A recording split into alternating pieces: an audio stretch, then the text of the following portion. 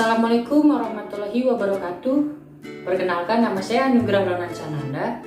Di sini saya ingin menjelaskan mengenai pendekatan strategi dan metode pembelajaran pada saat proses pembelajaran IPS sekolah dasar. Oke, sesuai dengan judul yang sudah kita baca tadi, di sini kita akan mulai membahasnya. Yang pertama, kita akan membahas mengenai pendekatan dalam pembelajaran IPS. Lalu yang kedua, kita akan membahas strategi dalam pembelajaran IPS. Dan yang terakhir, kita akan belajar mengenai metode dalam pembelajaran IPS.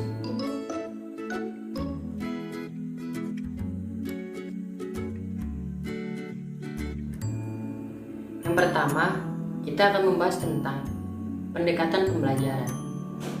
Pendekatan pembelajaran dapat diartikan sebagai titik tolak atau sudut pandang kita terhadap proses pembelajaran yang merujuk pada pandangan tentang terjadinya sesuatu. Proses yang sifatnya masih sangat umum.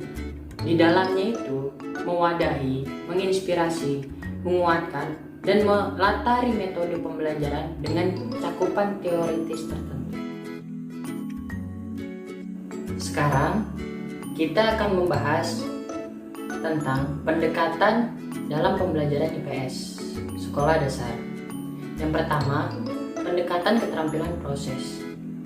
Pada pendekatan ini, guru mengasah kemampuan siswa untuk mengelola ilmu yang didapat dalam kegiatan belajar mengajar yang memberikan kesempatan seluas-luasnya pada siswa untuk mengamati, menggolongkan, menafsirkan, meramalkan, dan mengkomunikasikan hasil perolehan tersebut.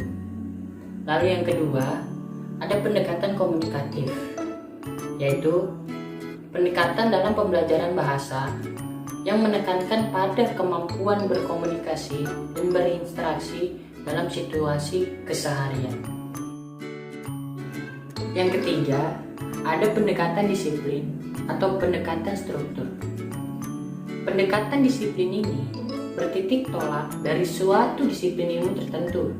Artinya, pola kerangka atau sistematika pendekatan disiplin ini dimulai dari menyampaikan konsep-konsep dari suatu disiplin, baru kemudian menambahkan konsep-konsep disiplin lainnya.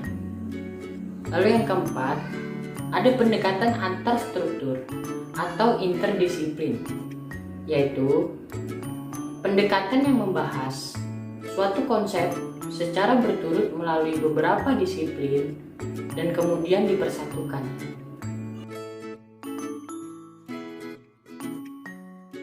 Yang kedua, kita akan membahas tentang strategi pembelajaran.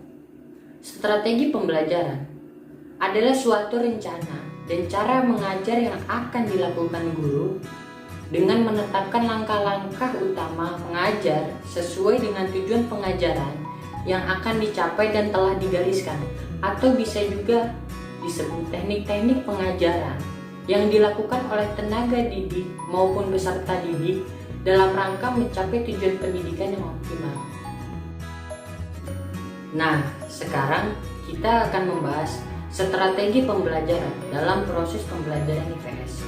Yang pertama, strategi pembelajaran langsung atau direct instruction, yang artinya strategi pembelajaran yang dirancang untuk mengenalkan siswa terhadap mata pelajaran guna membangun minat, menumbuhkan rasa ingin tahu, dan merangsang mereka berpikir.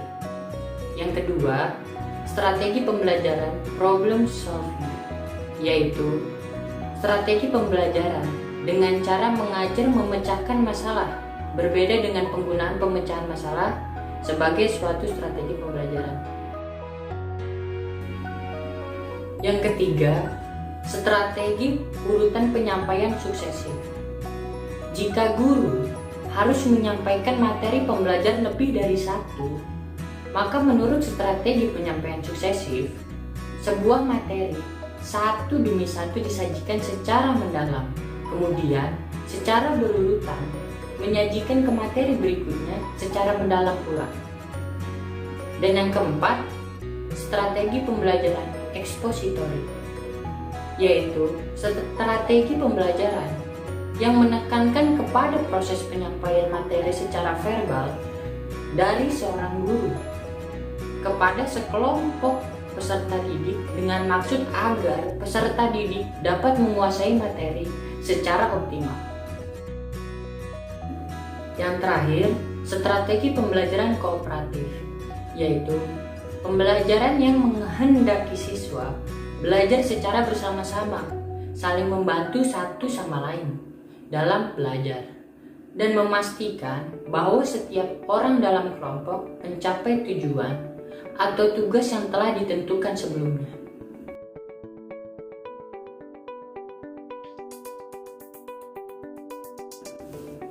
Dalam pembahasan kita yang terakhir ini, kita akan membahas mengenai metode pembelajaran. Metode pembelajaran adalah suatu proses penyampaian materi pendidikan kepada peserta didik yang dilakukan secara sistematis dan teratur oleh tenaga pengajar atau guru. Metode pembelajaran dalam proses pembelajaran IPS. Yang pertama, metode ceramah. Metode ceramah adalah penuturan dalam pelajaran secara lisan. Metode ceramah ini merupakan salah satu cara yang digunakan untuk mengimplementasikan strategi pembelajaran ekspositori. Yang kedua, metode diskusi. Diskusi adalah suatu proses pertemuan dua atau lebih individu yang berinteraksi secara verbal dan saling berhadapan muka mengenai tujuan atau sasaran yang sudah tertentu melalui cara tukar-menukar informasi, mempertahankan pendapat, atau pemecahan masalah. Oke, sekian pembahasan kali ini. Terima kasih sudah menonton video ini. Wassalamualaikum warahmatullahi wabarakatuh.